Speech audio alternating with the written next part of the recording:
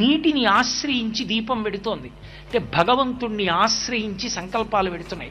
సంకల్పములు ఊపిరి మీద ఆధారపడతాయి. ఆ ఊపిరి తీసి విడిచిపెడుతుంటే సంకల్పములు నడుస్తూ ఉంటాయి.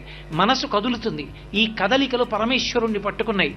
ఈ పరమేశ్వరుణ్ణి పట్టుకుని మనసు ఊపిరిలు వెడుతున్నాయి, దీపం రెపరెపలాడుతూ. ఎక్కడో ఆ ఊపిరి ఆగిపోతుంది. ఆ ఆగిపోయినప్పటి ఆఖరి సంకల్పం కూడా ఆయన గురించి. అప్పుడు ఆయన యందే ఐక్యమవుతాడు. వెళ్ళి వెళ్ళి వెళ్ళి వెళ్ళి వెడుతున్నటువంటి దీపం అరటి దొప్ప మీద ప్రయాణం చేస్తుంటే దానిలో ఉన్న ఆవు నెయ్యంతా ఆవిరైపోయింది. అది ఆ అరటి దొప్ప మీదే నిధనమైపోయింది. కొంత ఒత్తిడికి తిరగబడి ఆ గంగలోనే కలిసిపోయింది. గంగలో ఉన్న చేపే మింగేసింది.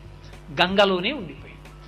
గంగని ఆధారం చేసుకుని బయలుదేరి గంగలో కలిసిపోయిన దీపంలా నిన్ను ఆధారం చేసుకుని నీ గురించి చేసినటువంటి